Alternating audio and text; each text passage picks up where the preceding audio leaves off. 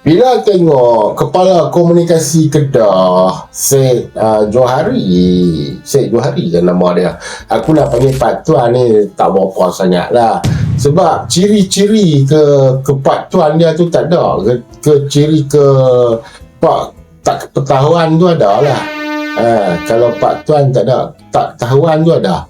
Sebab apa? Bila dia mengatakan Dr. Akmal, tak payahlah duk gabung dengan PAS. Kat Kedah ni pun orang tak suka dengan PAS. Ni, mangkap, aku nak beritahu kat hang.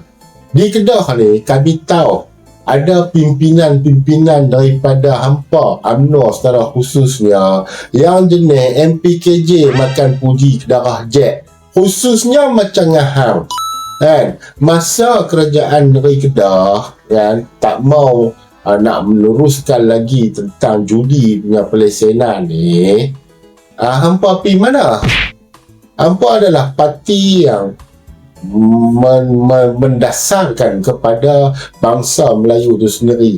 Jadi hampa ketika tu diam bisu. Ketika DAP, sedara-sedara hampa lah ni yang terbaru terkini yang hampa kasihi, memperjuangkan habis-habisan untuk fight dalam negeri Kedah.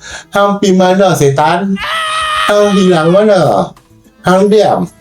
Lepas tu hari ni nak main cerita Kedah memang tak ada apa. Kedah duk ada gunung cerai tu. Alah, takkanlah nak pergi ambil buat KLCC tu. Orang nak buat KSP pun apa ni, DAP duk ingat pun hang pun diam membisu, tak bunyi apa. Lepas tu hang duk cerita Kedah tak ada apa. Hampa tali barut pada pok-pok tu. Lepas tu hampa duk kepi kata pula, ke parti lain yang nak bawa pembaharuan yang mengutamakan agama mendidik kepada masyarakat untuk tidak melakukan perkara-perkara yang merugikan. Macam ni komunikasi punya kepala. Ni komunikasi kah? Kepala basi. Apa punya bodoh punya orang UMNO dia ambil dia jadi pemimpin nampak lah. Lama-lama lah.